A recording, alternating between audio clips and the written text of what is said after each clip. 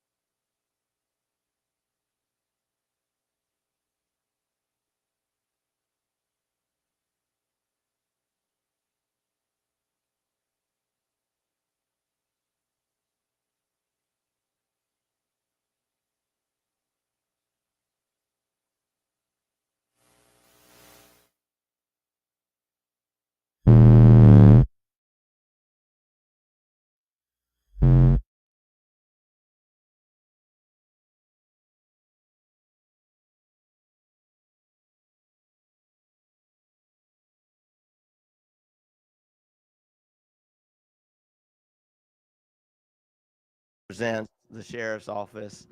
And Sheriff Patton, good to see you this morning. We're going to ask Pastor Cersei to lead us in prayer. Thank you, Mr. Mayor.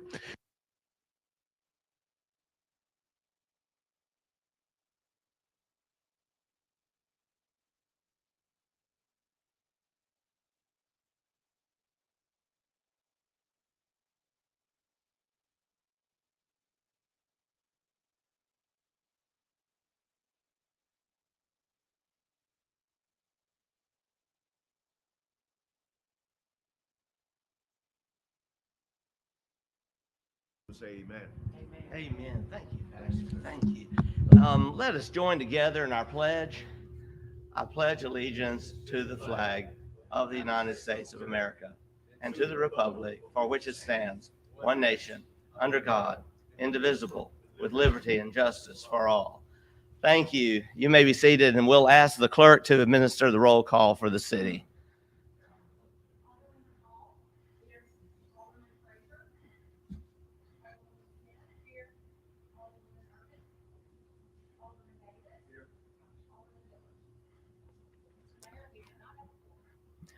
We'll see if that changes.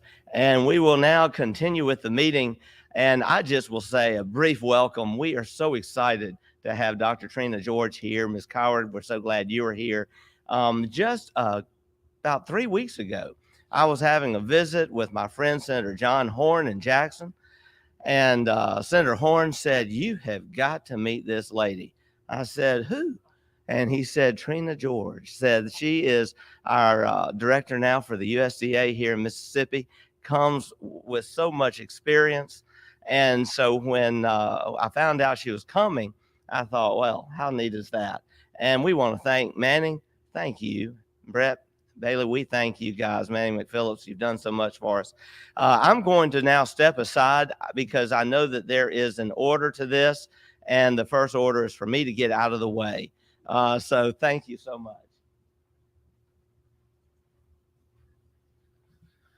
Well, thank y'all. And again, it is on behalf of Natchez Inc. and its partners, we are truly blessed to have Dr. George with us today.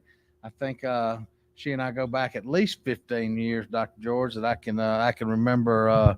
I can remember you meeting you way back when, somewhere I believe in the Mississippi Delta, but I can't remember the exact spot where we met. And I think that back in my MDA days is when we met. So we've had a good working relationship all this time, and we definitely welcome you to Natchez, and along with your staff today as we look forward to showing you Natchez and Adams County and some of the items that hopefully the USDA can help and assist us with throughout.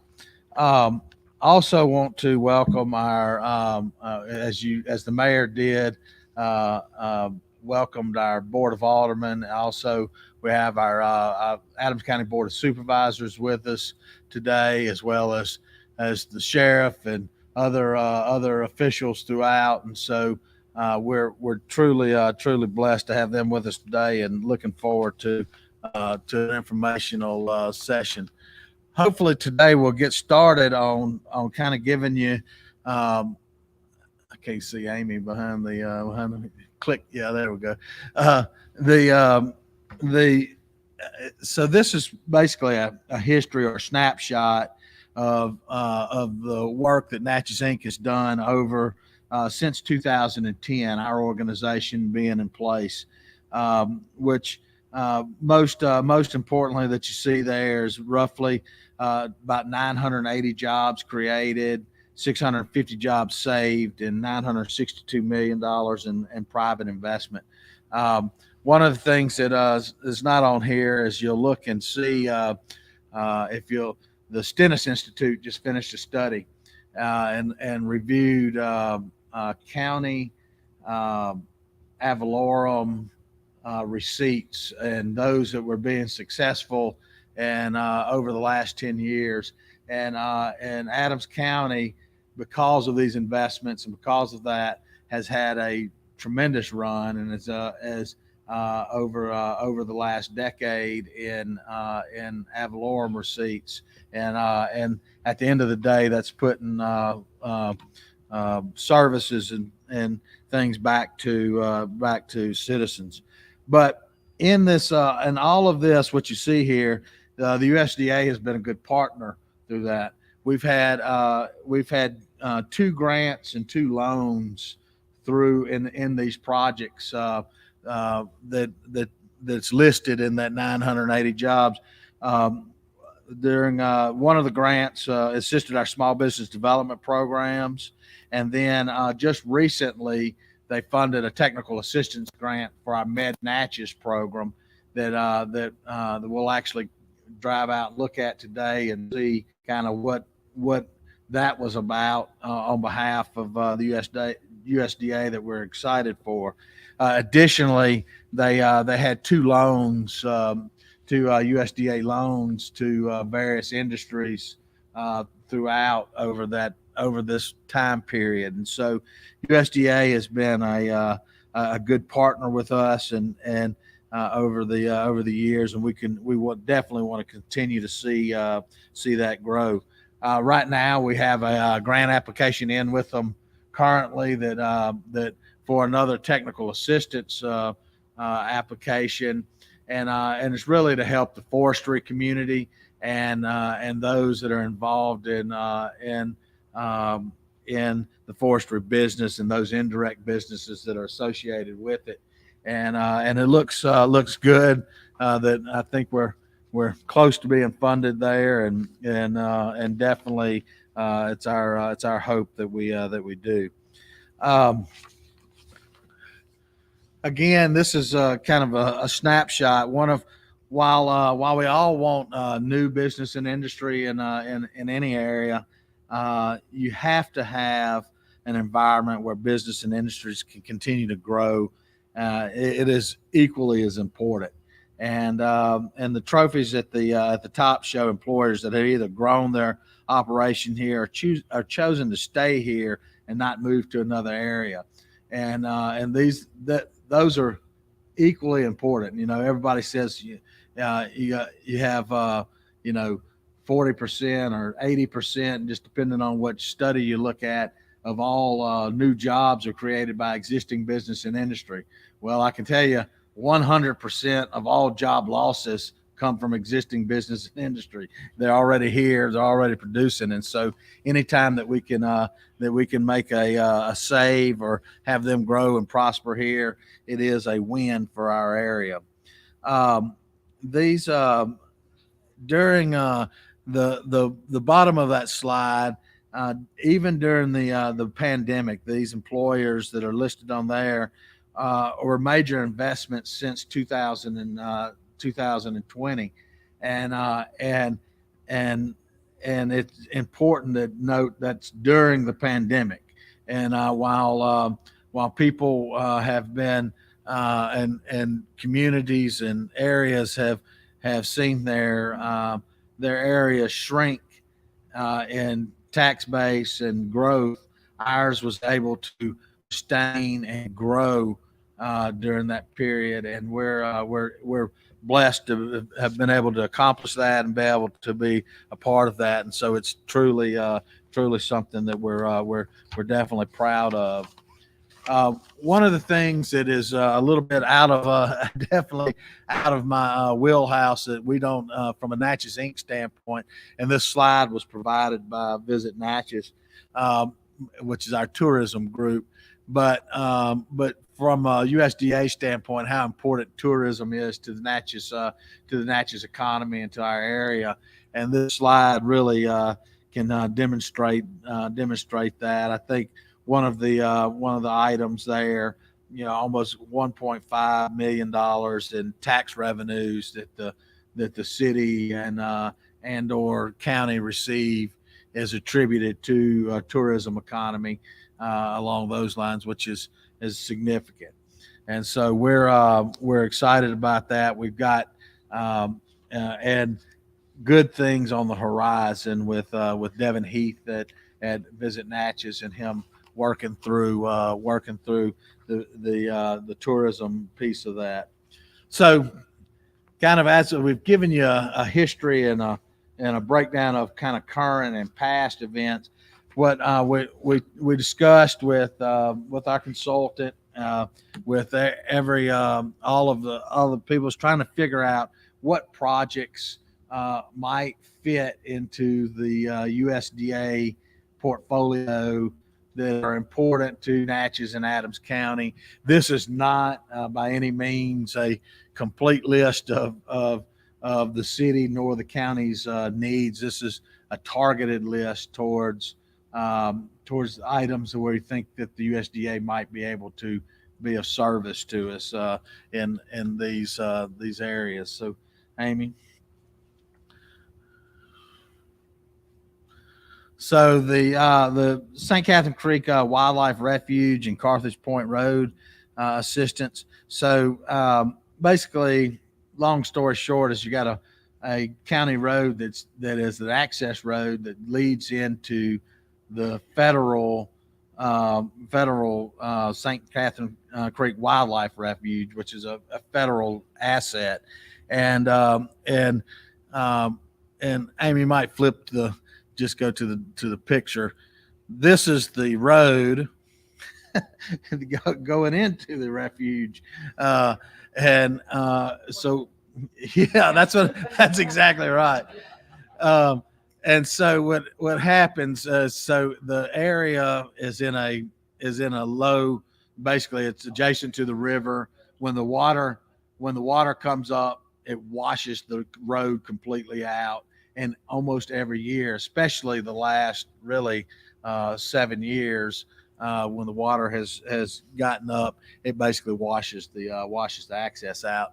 And the county has repaired it each year at about a cost of $160,000 annually. And we've got to find some type of permanent solution that resolves that washout area and trying to continue to provide access to the St. Catherine Creek Wildlife Refuge. Amy, Mike, go ahead. The Adams County wastewater treatment rehabilitation. So out at the industrial park, and again, Dr. George, we'll drive all of these so you can eyeball them.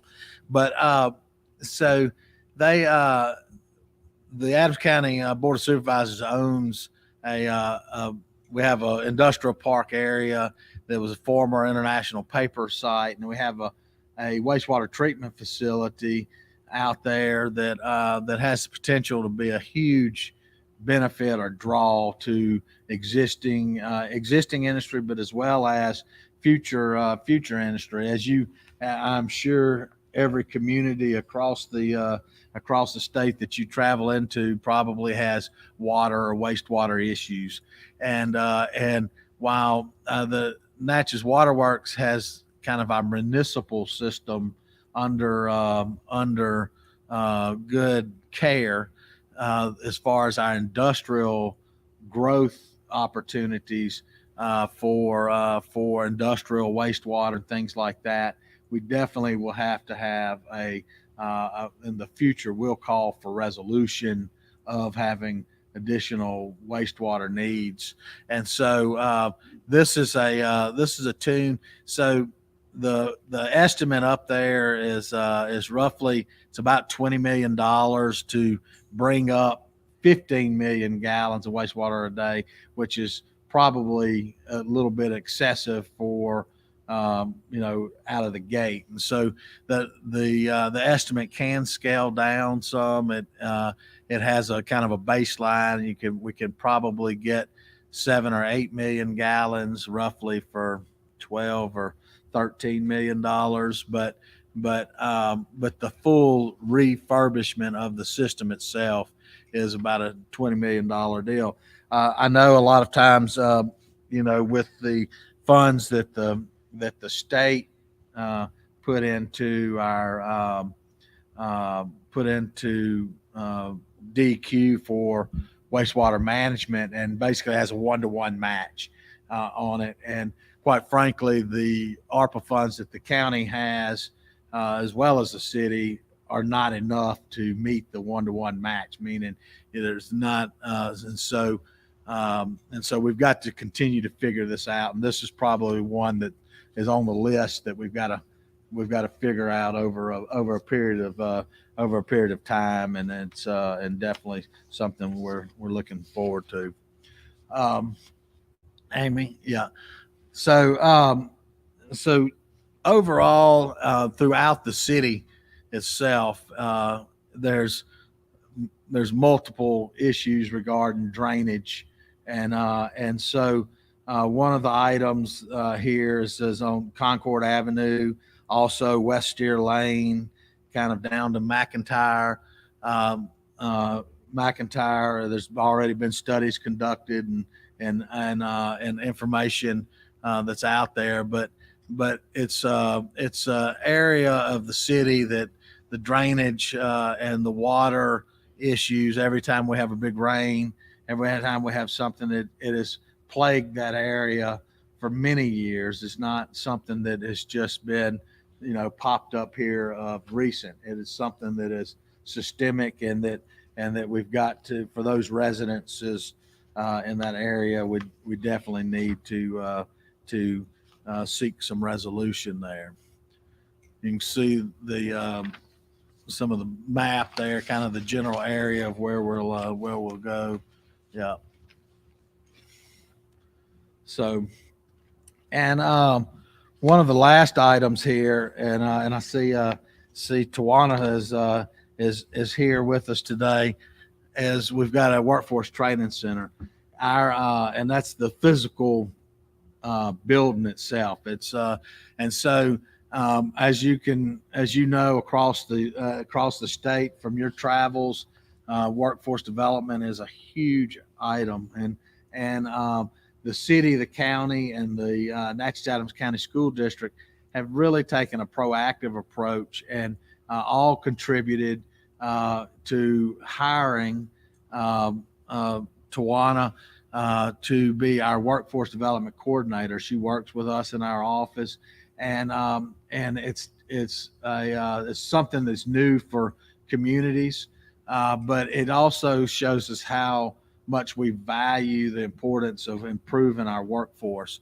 And one of the areas that we believe that we can do that is in a workforce training center. The public school owns a facility. It's a good facility. It's a former convention center facility that before this one was built. It's in good shape, but to convert it into a workforce training center, and I guess the biggest example in the state that I know for us is Batesville has something that's very similar, and we're trying to do something similar to Batesville, even though the programs and things will be different simply because our workforce is different than theirs. But hopefully, the ability for USDA to be able to participate in the actual physical improvement of that facility was something that we definitely believe is an area that y'all can participate and have participated in other areas. And so that's kind of a quick and quick rundown from our projects. And so I'm gonna actually ask Dr. George to come up here and just kind of give us a rundown of the USDA programs and kind of what's going on there. Dr. George has a passion to serve her fellow Mississippians. Dr. Trina George's service included decades of experience working to develop rural communities and economic development in Mississippi. Previously, she was employed as the Special Projects Community Outreach and Development Coordinator in the office of Congressman Benny Thompson.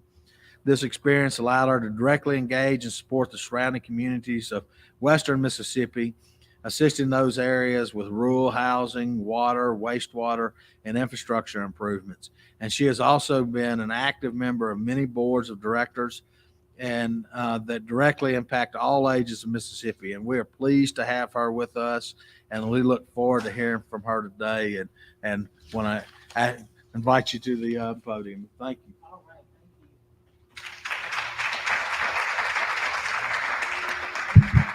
thank you, Mr. Russ. I appreciate that. Can you all hear me? Okay, great. I hope you all don't mind. This is just a conversation that we're going to have. I'm not going to stand behind the podium. I want you all to talk to me, and I'm going to talk to you. How about that? So let's just loosen up here, okay? First of all, I met a couple of supervisors in Tunica, and what I've been doing since I have been back in this position, I have been going around every county in the state. So I'm trying my best to get to all 82 counties. That's my goal. I'm almost there. And to host meetings like this, because I want to make the best use of my time and everybody else's time while I'm here to make sure that your county and your respective towns and municipalities know what rural development has to offer them and go for the goal. That's what I say. So what I would like to do, I want to know who I'm speaking with. If it's all right, let me go back, because I would be remiss if I didn't say thank you, Mayor.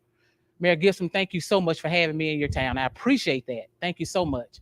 So I'm going to start with this young lady right here. And if you would be so kind, if you all would just tell me what your name is and what your title is, and we'll go from there. Yes, ma'am.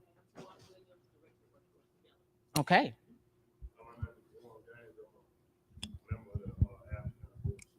Okay. How you doing? All right. All right. Gotta have him. Hold up. We gotta have him because he got to keep us straight. So I get it. Go ahead. All right, Miss Hutchins. Oh gosh, she everywhere. You got a good one. Go ahead. All right, Mr. President. Sharp there. Know how to dress. Go ahead. Look, don't be shy. I tend to have that effect on people. No, I'm just kidding. Board out. Got you. All right, Miss City Clerk. Nice to meet you. All right. All right. Very good. All right. He needs no introduction. We got him. Yes, sir. All right. Nice to meet you again. All right, very good. How you doing, Miss Irvin? I remember seeing you. Yes, ma'am. You what now? Sheriff. Okay, we got the attorney and we got the sheriff, so y'all cannot cut up in here. I got protection, okay? Yes, sir. All right, very good to meet you all. Stanley Cersei, Major at the Adams County Sheriff's Office. All right, y'all in here deep. Okay. William Daly, Chief Deputy. All right, Chief. So nice to meet you all. I got to stay on y'all good side. Miss Smith, go ahead. All right. So nice to meet you all. I'm Alan Laird. All right. Yes. I saw her the other day at the Federal Resource Workshop. Yes, ma'am. All right. Big job. So y'all gonna have me just moving all across the place, I see.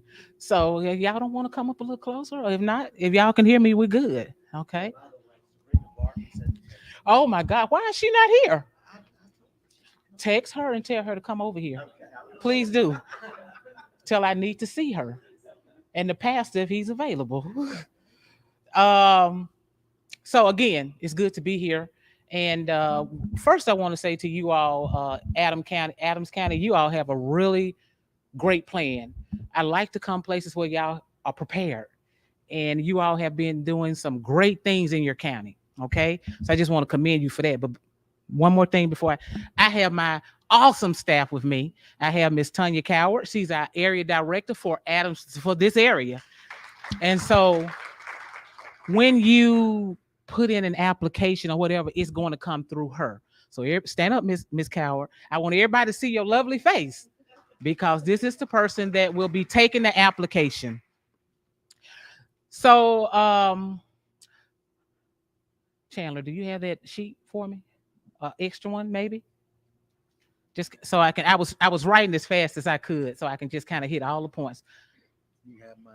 Thank you. Thank you. Where do you want to go to the projects? Yeah, that's fine. Yeah, that's fine. Thank you. So again, just a conversation, and there's no crazy questions. But the only one is the one that's not asked, and I mean that seriously. So St. Catherine Creek Wildlife Refuge and Carthage Point Road Assistance. Let's talk about that first. Now, when I set these types of meetings up, let me tell you what I really like to have. Not just rural development, because USDA is a huge umbrella. We have so many programs where agencies under rural development, under USDA, not just rural development. And I really like to invite my sister agencies to come with me, because if rural development can't do something, maybe NRCS can, or maybe FSA can, or maybe FNS can. So keep that in mind when you move forward and ask people to come to speak with you all. I want you all to just be mindful of that. Now, I had Miss Tanya to give you all this. This is the Bible of USDA rural development. Yeah, keep it with you at all times, because this little program matrix that I have disseminated to you all have every one of our programs and who qualifies for them, what the population is that can qualify for it, the time limits. That gentleman right there needs one. Two. Okay, that young lady right there. Anyone else need a program matrix? Just raise your hand. We got plenty. Okay. Thank you. Thank you. So as we're talking, I want you all to, hopefully you all been kind of perusing through that. And that's going to be where some of our questions come from too. So if you have any questions about any of the programs in here, please feel free to stop me, raise your hand, ask me. Not a problem at all. Again, conversation. So we're going to talk about this first project here that you all have going on. Following times of heavy rain, damage. That's the one that was the road and it wasn't a road. Okay. So let me ask you something. So do you all have drainage districts here? Yeah, you sure? The engineer is not here, is he? Her or him? No? Okay. Now that's another thing, because the engineer does everything for your county, and they also apply for particularly water funding for your county. So that person is a person that you need to be stuck with at the hip. Okay, seriously. So when I leave here today, that's going to be the first person that you all reach out to is the engineer. Call the engineer in and have him to come in and have him or her.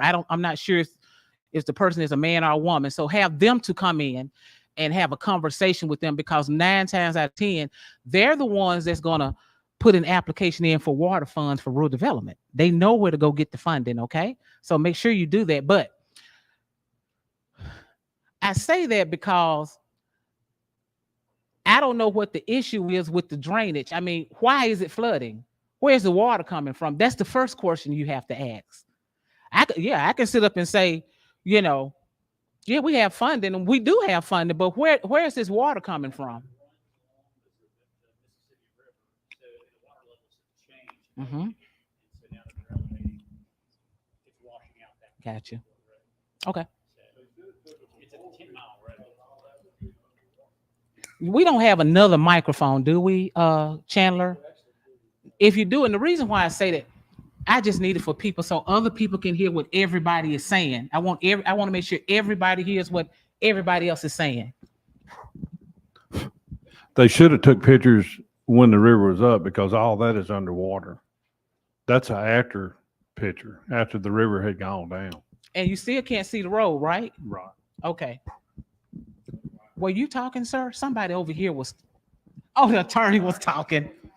And let me tell you what he's saying. What happened? Yeah, I was just basically saying that road runs the shore of the Mississippi River. It's like a 10-mile road, and since the water levels have changed, it ends up washing out those roads. It's become an annual event. So okay, so I think a reasonable question for me to ask is, if we say, and we do have funding for roads infrastructure, we do absolutely. But again, you just stated what the issue is. So how if we repair a road when the water is down, what's going to happen when it flood again?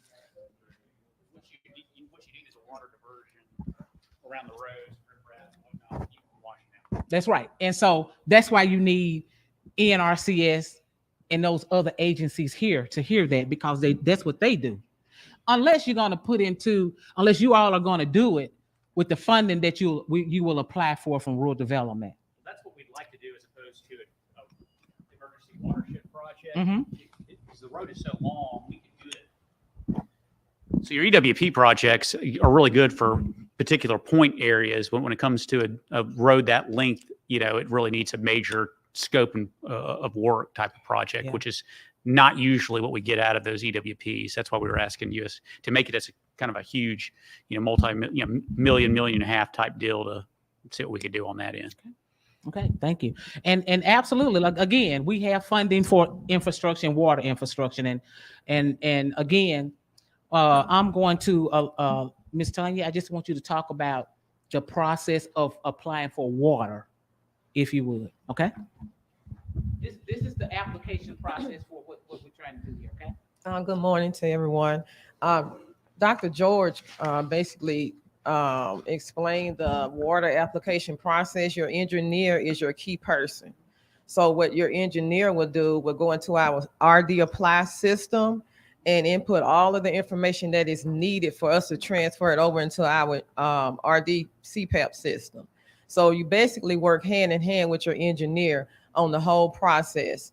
And once we get it in our office through the RD apply system, we'll review it for completion to send it up to our state office for obligation. But your engineer is your key person.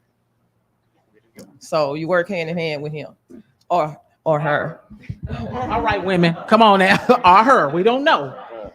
Now, I'm not trying to get in y'all little business, but I noticed that every time we say engineer, I see smiles, and y'all have a good close relationship with your engineer. Y'all do? Great. Key person, y'all need to get with him immediately, seriously. Also, check with him and see if you all have drainage districts.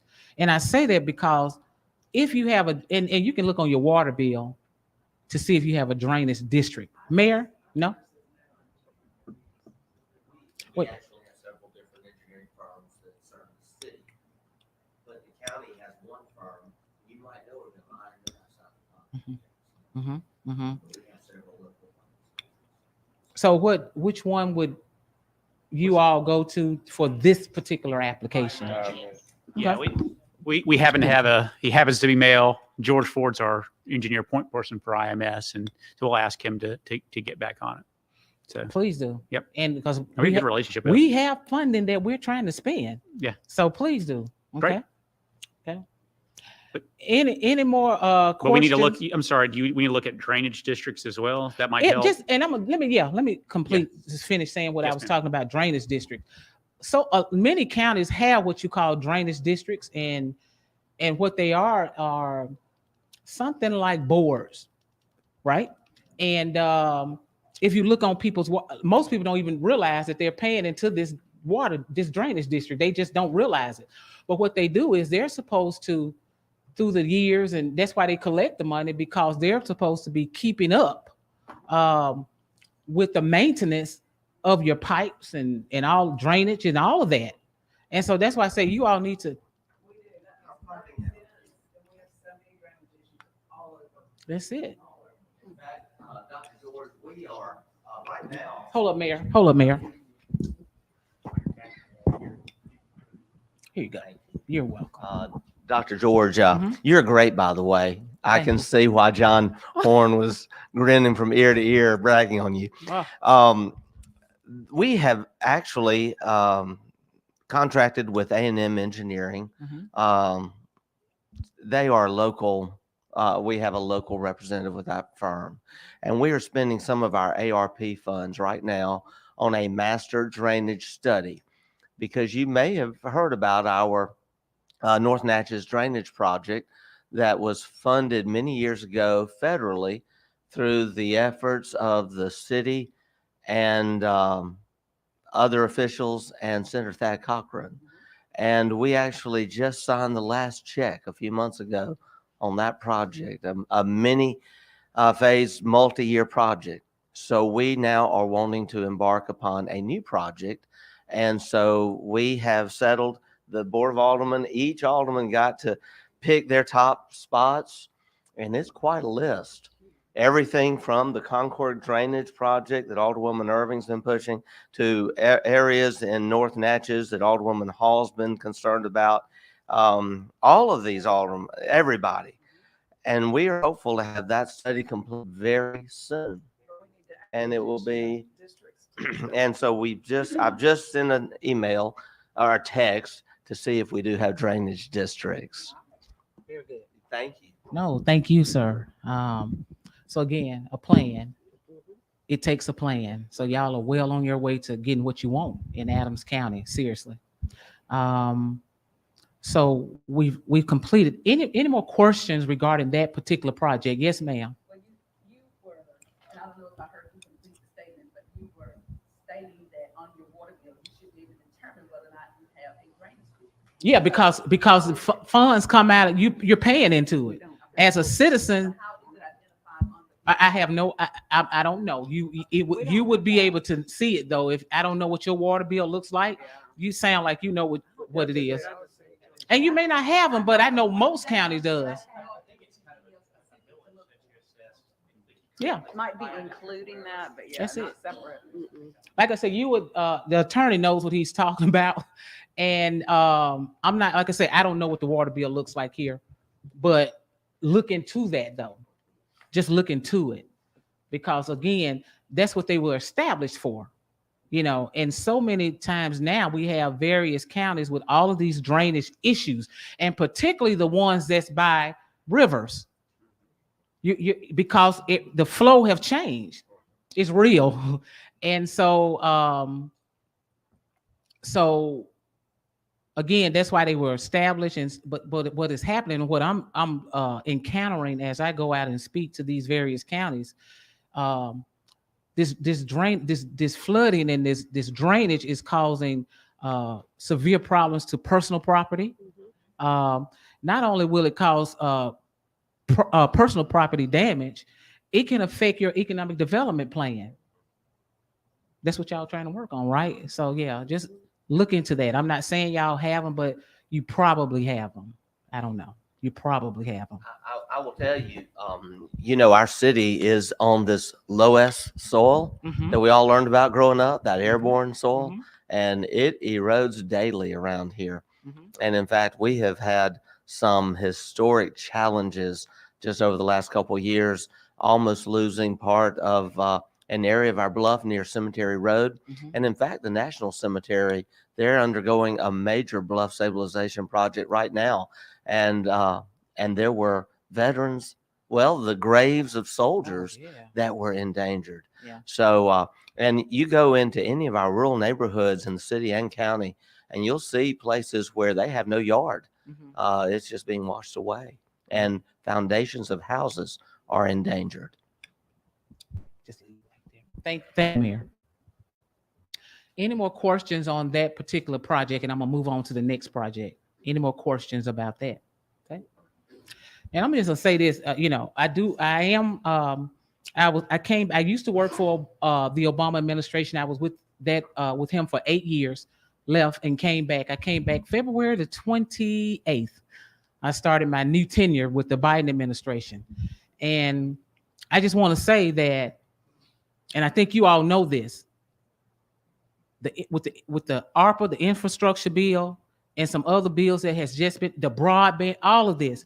I think we see historic amounts of funding that we're going to ever see in a long, long time. We're not going to see this type of historic funding and for a long time. Now, I might be wrong, but I think I'm right on that. And you better take advantage of it and spend your ARPA funding wisely, put it in projects that will, grow your economic development. So just please be mindful of that. Okay. Any questions? Adams County wastewater treatment rehabilitation. Absolutely can do it. And so I was just listening to Mr. Russ here as he was talking about that project, and I heard Mr. Russ indicate that how many gallons? Yeah, okay. Thank you, Amy. Thank you. 15 million gallon per day. But then he indicated, well, it's a big project. We may have to go back down to, we might just have to settle for, I think, 8 million gallons per day. I just wouldn't. Because my thing is, if you're gonna do it now, let's do it. That's just my suggestion. I'm not in Adams County, but it's just my suggestion to get it done while you can get it done. Okay. We do have that through our wastewater project. If you will look in that program matrix, you absolutely can apply for it. Again, that would come through your engineer. I would definitely go to your engineer. This is what this would come through. Just go to your engineer, talk to him about it, and apply for it, okay? So how is this affecting other businesses, your economic development around the wastewater treatment plant? Are you at capacity right now where you can't add on, Russ? Are you at capacity right now where you can't add on anything, or what? Currently, most of the industrial wastewater and municipal wastewater is going into to the Natchez waterworks system. Any major user for industrial is going to probably require an alternate source or an alternate treatment option, and so it's really as far as growth, and even you're probably starting to look at reaching peaks on your domestic use and commercial use into the old wastewater system. And so as the city grows and the service area grows and industrial users continue to come on, it is definitely something that is going to have to be addressed as a future need. All right. Thank you so much, Chandler. I appreciate that. You had a question about kind of water. I want you to. Thank you, Mayor. Thank you. Yeah, I was asking you about, I have some constituents and it's on Deerfield Road.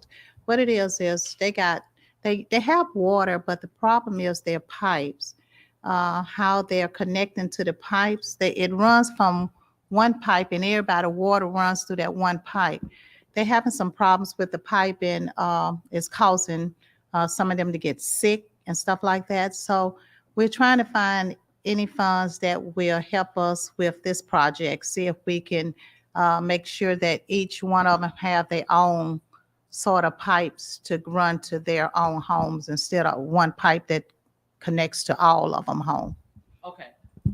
What I'm going to do is ask Ms. Smith and the gentleman from the planning district. I'm not trying to put you all on the spot or anything, but you all are key to whatever we do here. If you all don't mind, could you come and sit at the table up here at the front? Thank you so much. I appreciate that. Thank you. And again, they the real MVPs because simply because. Yeah, please. Thank you so much. Right here. She want to be. Look at Miss Smith. Want to be shy. And let me. I did contact them too. Okay. Okay, because they're key to the plan. Let me just make sure I say this very clearly. The planning districts are key to any community, to any county. They are the players because 9 times out of 10, they're the ones that are going to do the application for you. I'm meeting with the executive directors next week because I need to get with them on some projects. But I want y'all to get a good look at these people now because are you a planner? Yeah, pretty much. Planner. I'm telling you all, remember them, and your planning district here is key to anything that you all do. Simply because 9 times out of 10, your application from rural development is going to come through them unless you have other entities like the gentleman back here that's consultants. Okay, you know, and some people might hire their own grant writer for their staff, like you all have, but 9 times out of 10 is going to come through them. Particularly the smaller municipalities. Y'all pay them. Y'all pay them. The board, y'all pay them. Y'all pay them. They work for y'all, just like I work for y'all. Okay, I'm a public servant, so there it is. And see, they not even. Don't y'all agree with me? See that? And they do it with grace. Look at them. But remember that. You said, ma'am, that you talked to them. What happened? I mean, I just need to know because I would send you there. But the thing is, it's more than that though, because see, my thing is, I'm being a consultant now. I just talked to them. But my thing is this. It sounds like a bigger problem to me than just 1 or 2 people. Is it? It is. Okay, so It is. so let's dig down into the problem. Okay. Okay. And let me say this too. We talked to the Adams County Water Works. They will put up a portion of it. And we have to put up, they wanted the resident to pay other portion, which they cannot afford to pay this.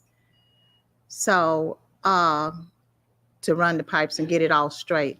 But it's only $19,000. And I talked to them about it, and I think they said the funding was too small to apply for a grant or something like that. And then they did direct me to someone else, which they also think that we should have had something bigger. I think you told me that the project should be bigger or not bigger in order to get funding for it. Yes, ma'am. Absolutely. Approximately how many people?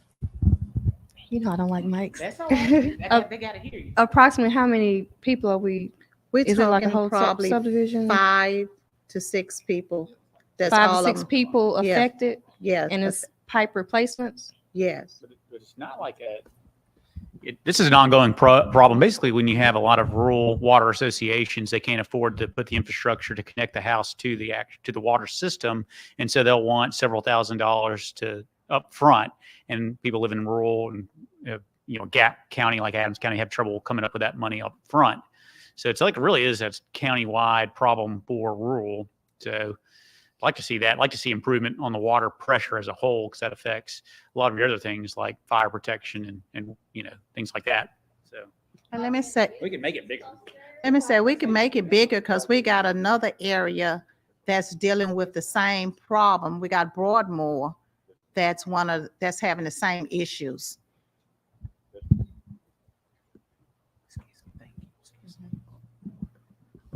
Yes, basically that's what I was gonna say. I have two districts, Broadmoor and Bryandale, that has private water associations, and I get calls. I know Broadmoor wastewater treatment plant is filled to capacity. They couldn't even add any more homes. They have problem, and I do have, and I guess maybe I want to say what 500 houses maybe. Then I have Bryandale out of 84, and I would say probably almost 100 houses on rural water. And that's my question was, can a private water association apply also? Because we are not, we apply for the county, but they have their own private water association. So I was just trying to see and get some information so I can maybe pass it on to them, or maybe we can do add those projects together if that would apply. Water Association. It's Broadmoor Water Association. That's what I mean. 9 times out of 10, if you drinking water, taking a shower, flushing the commode, it's rural development. Yeah. Okay. So yeah, and yes, they can apply. You want to talk about it this time? And I said it's the same thing because all of this coming through our water system. And let me just real quickly, Grenada, Mississippi just did a big water, just added on Gore Springs. Sounds like something you all.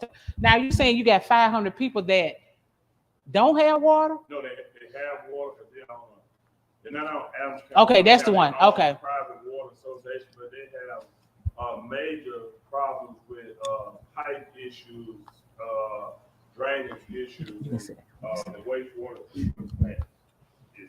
Okay, so I got a person. Anybody familiar with Mississippi Rural Water Association? Yeah, Kirby Mayfield, great guy. Kirby Mayfield, great guy. I'm gonna give you his number for the Mississippi Rural Water Association. His number is 601-857-2433. So we at Rural Development, they're one of our grantors for technical assistance. That's what we pay them for, to go out and help rural systems like you all are talking about. And they come out and they do some type of, they can do a study, they can look at what's going on, what needs to go on, and even get with, rural development and other funding sources for you. Please call him and have him, he or his, because it probably won't be him. It'll probably be one of the circuit riders. That's the technical assistant people. Kirby Mayfield, he's the executive director of Mississippi Rural Water Association, and they work hand in hand with us when we have issues like that.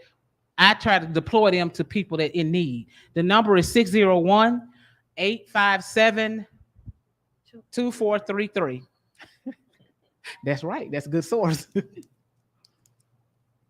Yes, sir. The Mississippi Department of Health, the legislature. Hold up 1 minute. I got you. There you go. The legislature gave the Mississippi Department of Health $300 million of ARPA funds to set up a rural water program. And so I believe the application period is open right now. Absolutely. That's posted on their website. So great information. Thank you, sir. Appreciate that. I hope you all are writing this information down because this is how you're going to get things done in your area. Okay. This is how you get it done. Any more questions on that particular project? On the wastewater treatment, I looked on the form, it looked like there were some loans they had 10,000. Under 10,000. Under 10, yeah, that's what we now. But yeah, the community for rural water, for rural development, rural water funds, the area has to be 10,000 or less. The area, like so, the entire unincorporated county, or can we narrow it to a particular area within an unincorporated? See, that's how you can kind of, It's open for interpretation. Yeah, no, Okay, that's all you know. You don't have to express. okay. Let's tell you what kind of. We coming. Yes, ma'am. She's gonna explain. Okay. What was the question? 10,000 or less, and then the area, sometime it could be. Well, the area is as far as when you put in the application, who the applicant is, Yeah. and it covers like certain districts and all. And if you put it in as a whole, for an example, like here in Adams County, it's pretty large. So when you put it in as a whole, it may not qualify as a whole, but if you break it down, we can do it that way. Did you hear what she said? Y'all get that? All right. And I wanted to make another point. And when she was talking about the applications, I did need to mention that as regulations has changed, they are strongly pressing on the financials.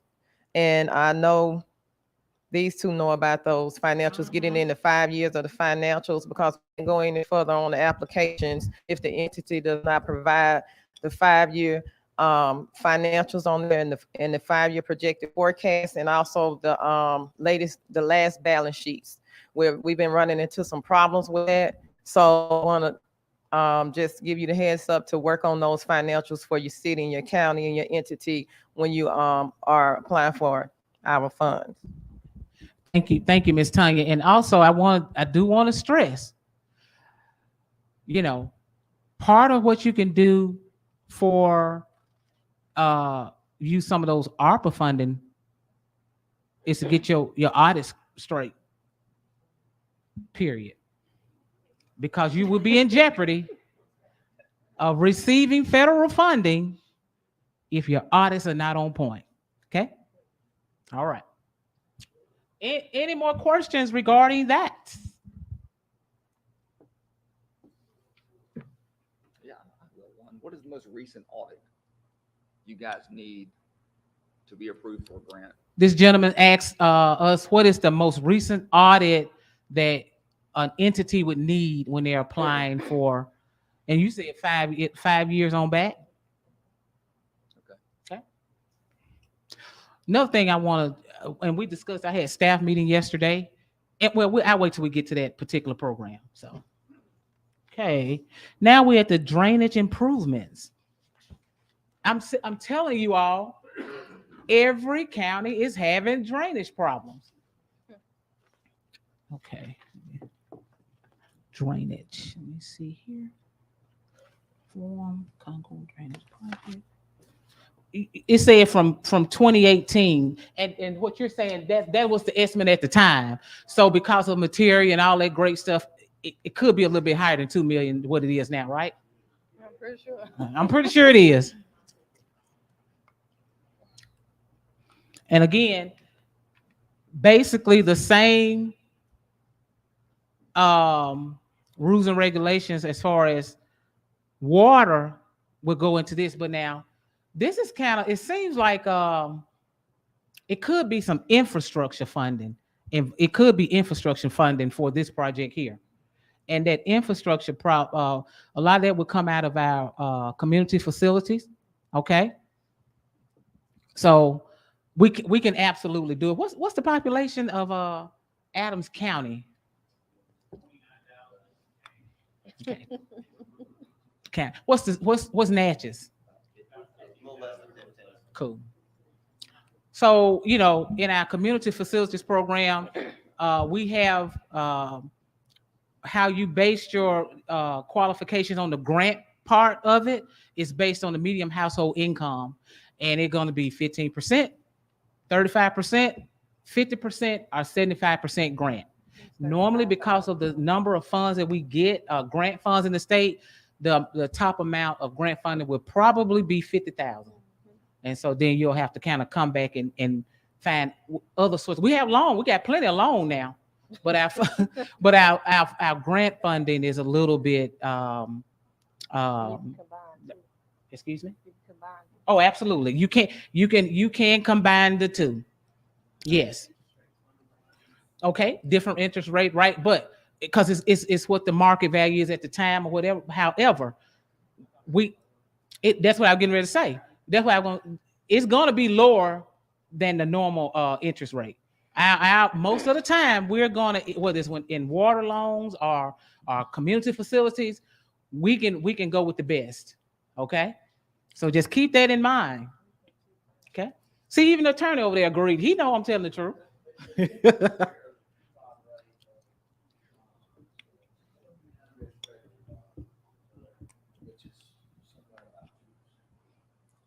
we're a little bit, yeah, we're a little bit higher than 2% right now, but we're still lower than the average though, because it's 3%. It's we 3.1 or 2, 3.2%, but it's a little bit higher than that other places though still. So we still in the game, okay? And again, I don't really like to quote interest rates sometimes because they fluctuate.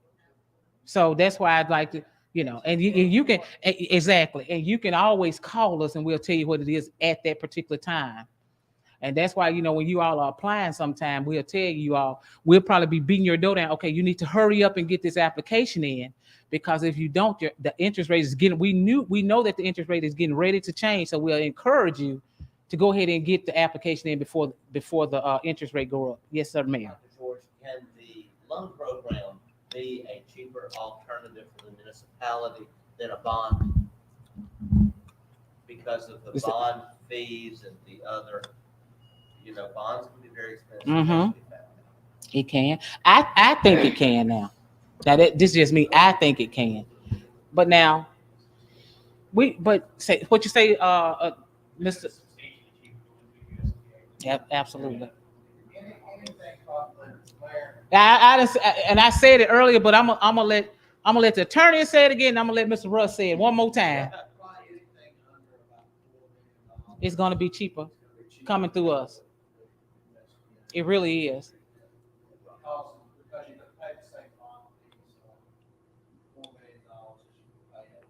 Mm-hmm.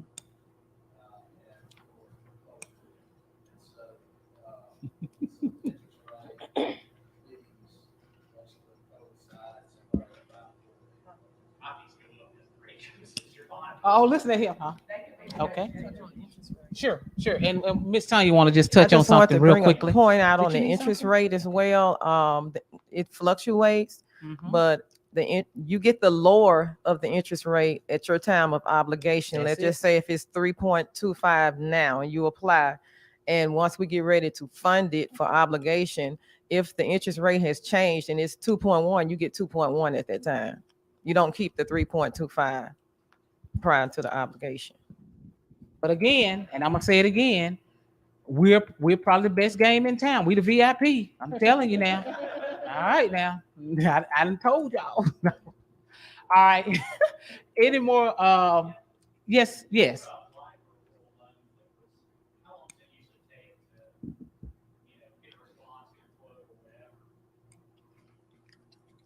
Now I'm gonna be honest with you. You can answer that, but I'm gonna give you the short answer. It's all depending on how long how you all submit information to our office, because sometimes we have a hard time getting everything we need to complete the loan package. Go ahead. She took the words right out of my mouth. I mean, I know. So it all depends on the application process and getting all the information in as a complete application before we can send it up for funding. So sometimes, it just depends. It fluctuates.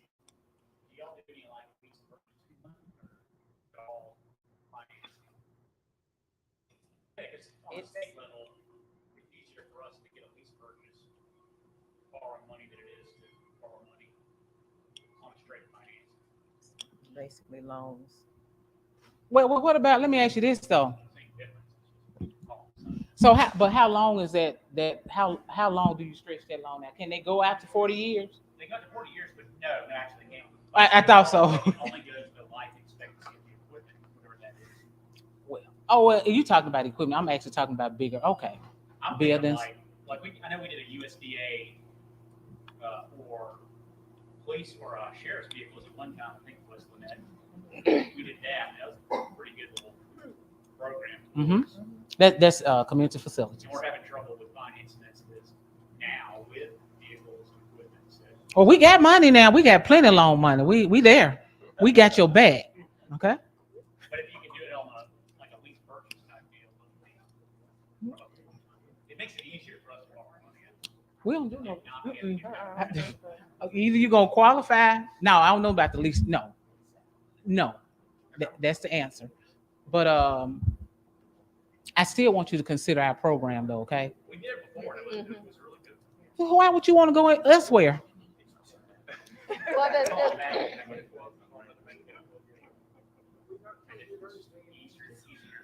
but it's good to know that. It was So only it's good for me to know that. 35% So that USDA provided. $1 million from Yeah, that, the county you're ended up matching doing.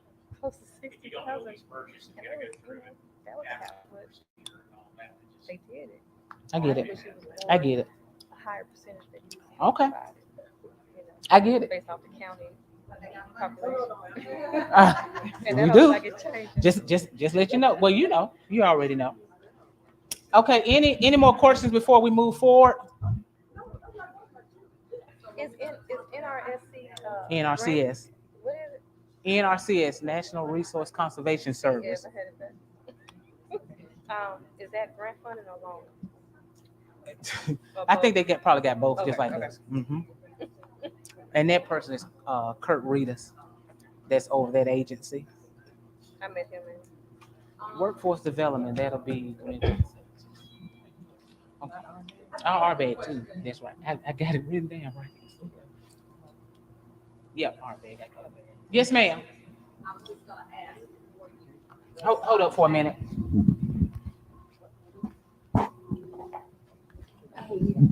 Could you pass it to her, please? Thank you. Thank you. Thank you, Ms. George. I just was going to ask before the slide change, were we going to discuss any of the 19 projects? The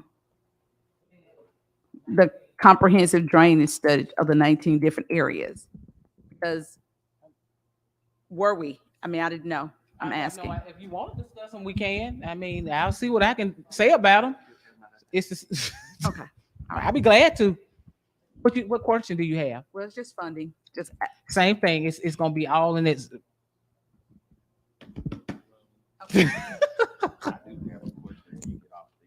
Okay.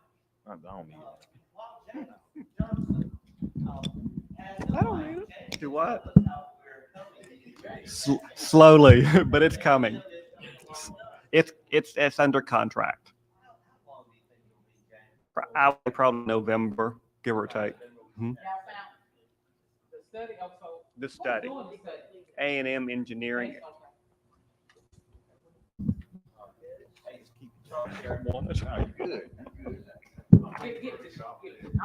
Is any more questions regarding this slide right here? All right, Sheriff, let's go with it. Are you done with everything that they asked for first? No, sir, I got one more to go. Okay, I'll wait. No, sir, go on.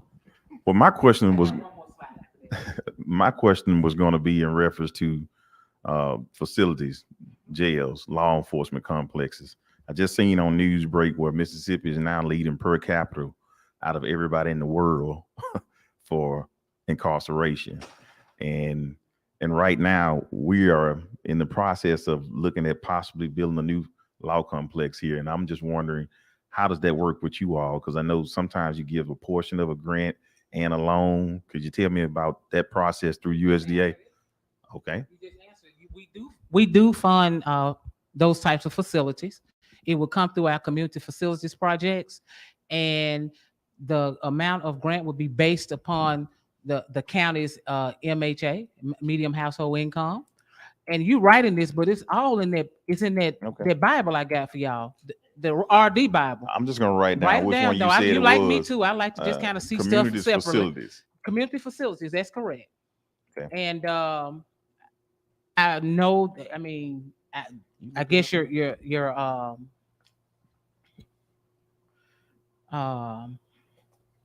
the gentleman here will help and are the planning district. I don't know. That ain't my business how y'all get stuff funded. That's y'all business. But look at community facilities. We fund it. Okay. And so I know that I guess the application would be on the behalf of Adams County. Yeah. Okay. I'll make sure I introduce myself to Ms. Coward up there. Mm-hmm. Coward. Because the application would come through the area office, through her office. Okay. Okay.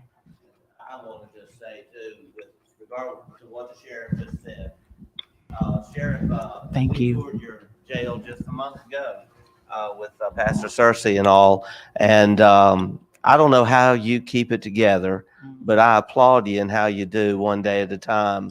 But we really do need to move toward a new jail here for all of us, and we also, I want to say, one of our top priorities is workforce development, and we're so proud to be working with the county on this and the school board, and Tawana Williams doing a great job.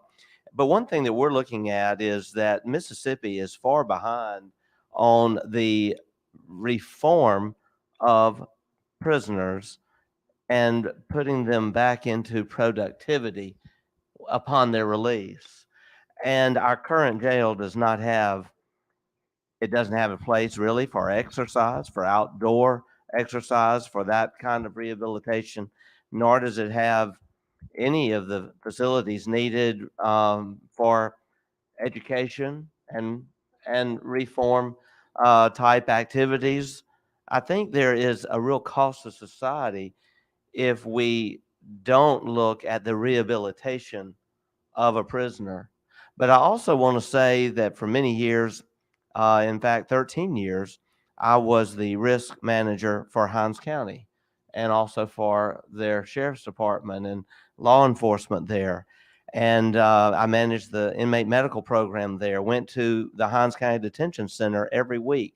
In fact, managed the largest claim they ever had because of a riot there. And it managed some real bad liability issues for the county. And whenever a jail becomes antiquated, it becomes a liability for the county, for the taxpayers. And of course, this is all the county, the board of supervisors issue. But all I'm saying is we as a city want to work with the county and with the sheriff on this. And I haven't wavered on that, Sheriff, and I continue to support you on that. Thank you, Mayor.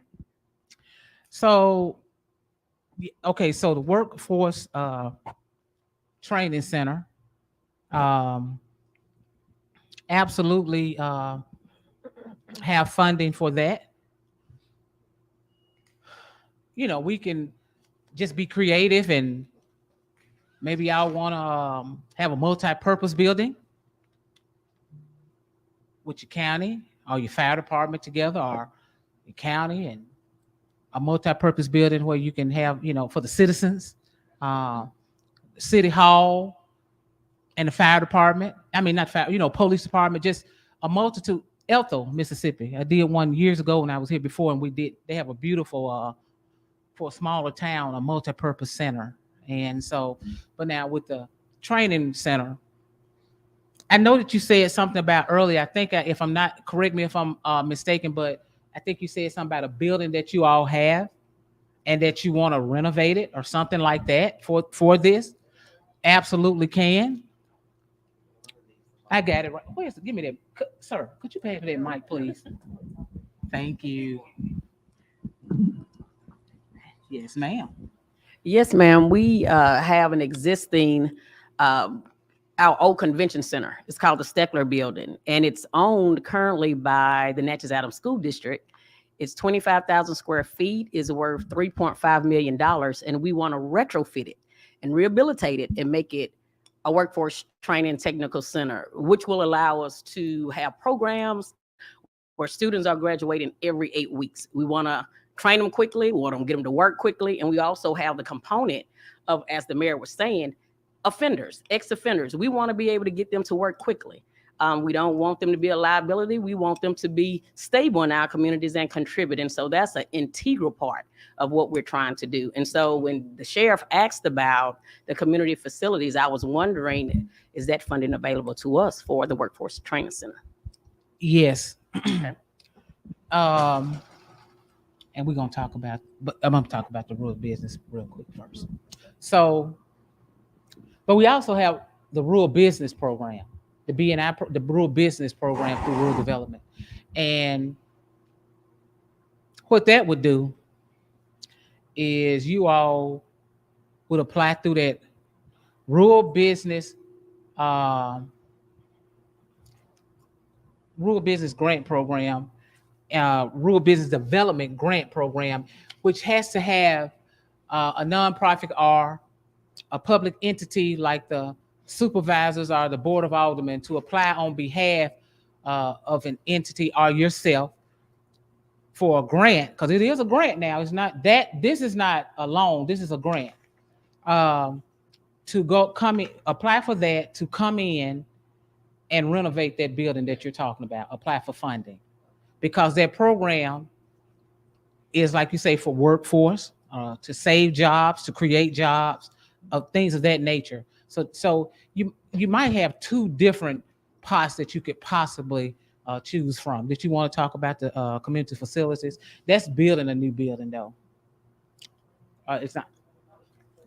Got it. Yeah. Yeah. They can also do the renovations Mhm. on the community You got it? facilities and for supplies and equipment as well. Mhm. They could both kind of go hand in hand with your community facilities and your rural business. And Southwest Planning District, they can help you with those applications on those. As we stated earlier, with the water applications, that would be with your engineer. And with these applications, Mr. Laird and Ms. Smith can assist with those. Absolutely. Thank you, Ms. Tanya. Thank you, Dr. George. Uh-huh. This is a partnership already between the city, the county, and the school board. Okay. Our Workforce Development Training Center with Ms. Williams as the director for all three entities. No, so that's we already fine. have that. That's No, fine. you had suggested that, but we have that already. No, I was telling you to apply for it. Now I know y'all, I'm just telling you how to apply for the funding. It could be either one of you all.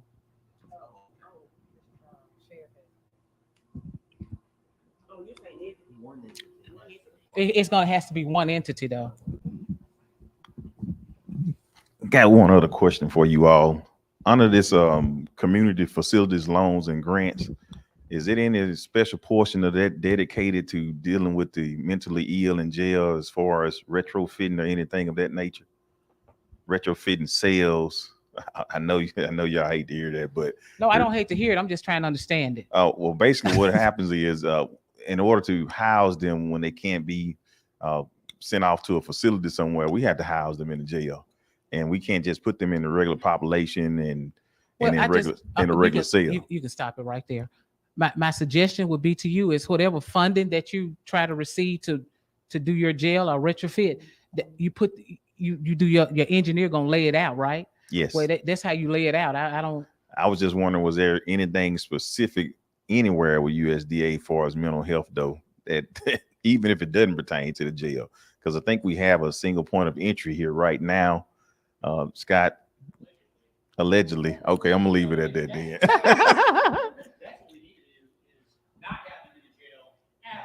I agree.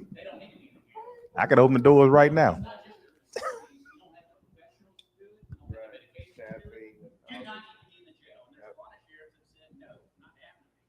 Well, I mean, don't you all have facilities at the state that you can take them to? All right, that's my point exactly.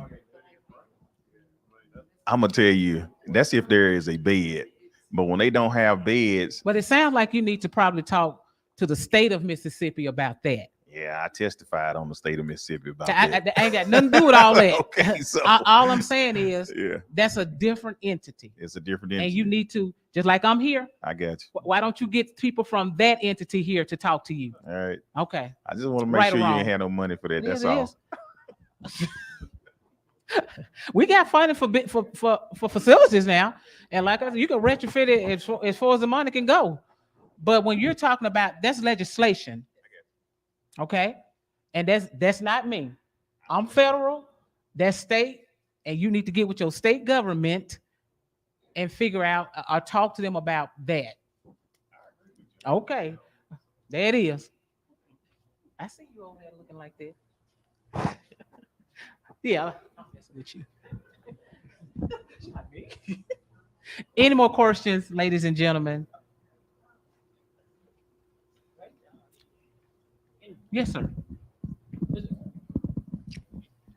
I guess the question would be to you as the USDA person here, are there programs that you see that exist that you'd like to see more counties and cities take advantage of? Are there things that are out there that we may not know about or whatever that you'd like to see more participation in? I asked that to, I forget who the USDA person was at the time, and that's how we got the last study that we did at the community hospital. So is there a program out there that you think would be great that we're just not utilizing as a state as a whole? Well, no, because what I've been doing since I've been here, I've been hitting the pavement and making sure every county know what we have to offer at rural development. So I think what I bring to you with this right here tells you every program is important, and that I put it right here in your face. That's what I did for everybody here to see. And so apply.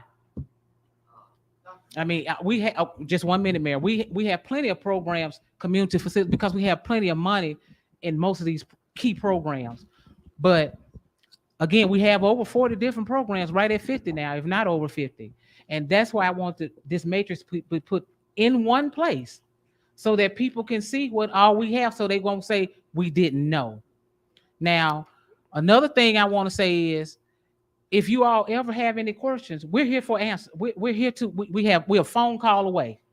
So again, if a town or a community or entities are not applying to rural development, it's not because I'm not out here beating the pavement. Yes, sir. Dr. Mayor. George, first That's of a good all, question, though. Seriously, I please. want to ask a little more about you. You're from Grenada, and I want to know about your service to President Obama. That's very interesting.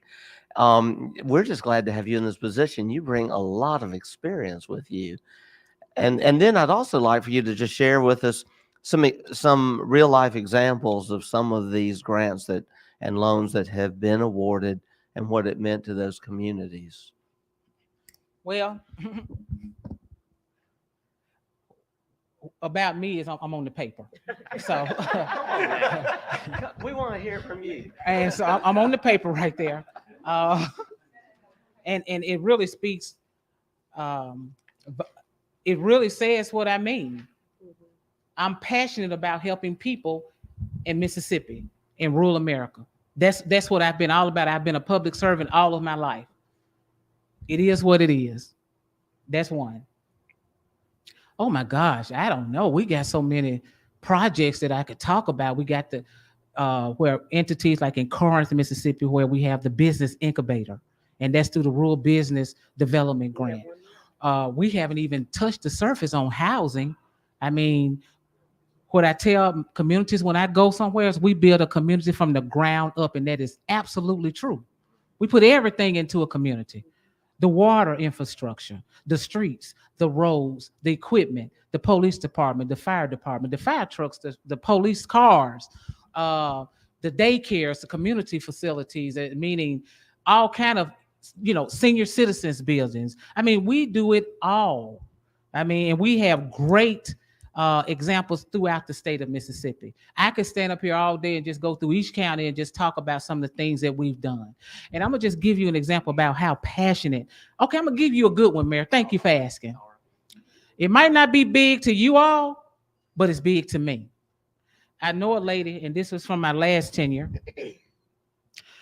I was passing down the street.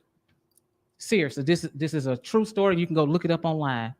I was passing down the street, and I had a staff member with me in the vehicle, and the person said, "That lady right there will not move."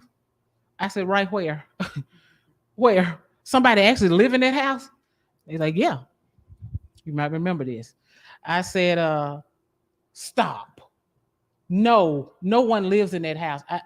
And so it was on a main highway where, I had to pass by it a number of times. And so I couldn't just keep passing by there, knowing that some elderly person actually lived in that house, and it was brought to my attention. So I stopped by the house one day. Now my staff member wouldn't go. They said, "No, I'm not going in there." Cool, I'm going. Knocked on the door because I had found out who the woman's name is and all of that. And so I went to the home, and the woman came outside. She's an elderly woman, well over 65, and I asked her, I called her name, and I asked her, I said, I told her who I was. I was outside. The ceiling was falling down on the porch, the front porch. The front porch was pretty much falling down. The steps, I had to pretty much just be very careful going up the steps. I saw all kind of water hoses going in the house. And so I asked the lady, I told her who I was. I said, can I come talk to you for a minute? Yeah, baby, come on in. I'm like, okay. I went in the house and I know I'm tall, but I had to literally duck because I had to duck to get in the house because the front porch was almost halfway on the porch. So I went and I went in the house and I looked around, the family was in the front room, and it was kind of cold because they had a heater going out, the old heaters where it goes out the roof. They was all sitting around the heater, and I looked around the house and it was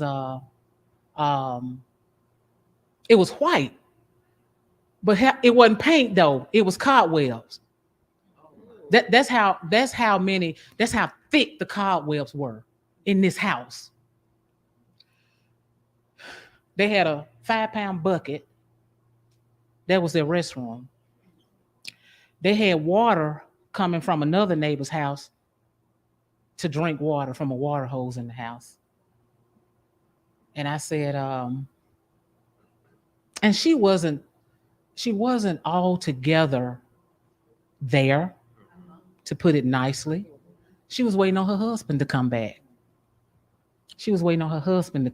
That's why she wouldn't leave the house. And others, don't get me wrong, other people had tried to assist her to get her out that house. She wouldn't leave because she was waiting on her husband to come home.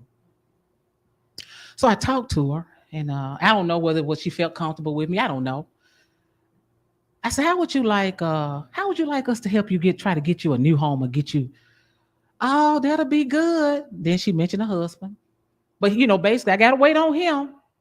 So I talked to her daughter. Her daughter was a little bit older, and she could understand what I was saying. And so we went outside, and I talked to her, and I said, and I told her what I was going to try to do. So I actually got with my area director for that particular area at the time. I said, we got to help this lady. No one in America should be living like that. No one should be living like that. And so I got with the particular city because we had to move quickly because she just did not understand something because she was waiting on her husband. I got with the University of Southern Mississippi because at the time they had a $20,000 grant for disabled people to just to put on to their mortgage, just a grant. Amen. And I got with that particular town, municipality, and I worked with them. I said, look, we're going to have to move quickly on this. We got the application done. They both qualified. I worked with a realtor. We secured a nice home, probably the first home equity that she ever had. Okay. Never owned a home. And I asked the city, okay, now we're going to have to move quickly. When we get her over here, you're going to have to tear that house down really quickly. Everything was done in order.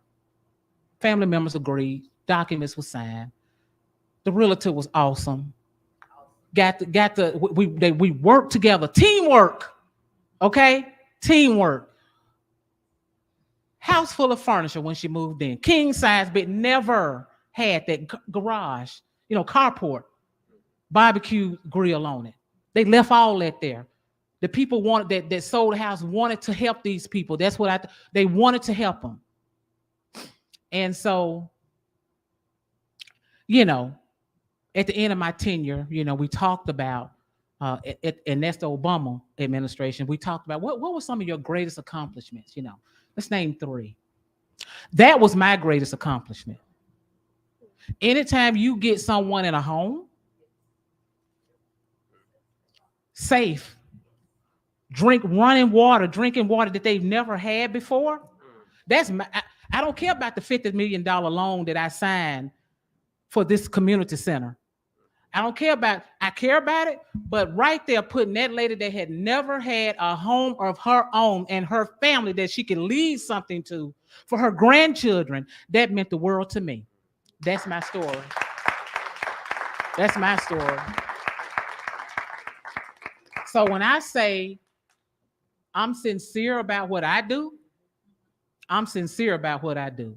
And I just hope that people that's in these positions that you all are in feel the same way about your community and try to help your community. I'm so serious about that because this is our only, we're here for a reason. People put us here for a reason. We have these positions for a reason. And I just hope that when you're in these positions, you take them seriously and help people. And work together. That's it. I mean, if you work together, man, you can just accomplish so much. So with that being said, hey, Mayor, I'm ready for some more questions. If not, we done. You have the program matrix right there in front of you. We are a phone call away if you need us. Mr. Russ has my phone number. If you need, he good. He located me on my cell phone. So, but anyway, he always can call anytime. So let me just say it was an absolute pleasure talking to you all. Like I said, this is not the end of, it's the beginning of a beautiful friendship and relationship with us. I have a great team, and Miss Tanya has a great team here in this area, in Area 1. So again, we just a phone call away. Thank you all so much. Thank you. Thank you. Hey, Chandler. Hey. Wasn't that wonderful? It Dr. was, George Chandler. Dr. George. Don't let us get out of here. I'm going to have to call our meeting, call for a motion to adjourn before we get away from here. You want to do that? Why don't we go ahead and do that? I think the meeting, all the general discussion is done. We are finished. So I will entertain a motion to adjourn. Motion made by Alderman Davis, seconded by Alderwoman Smith. We will now call for the question. We'll proceed to a vote. All in favor of the motion indicate by saying aye. All opposed, nay. The ayes have it. Motion carries. So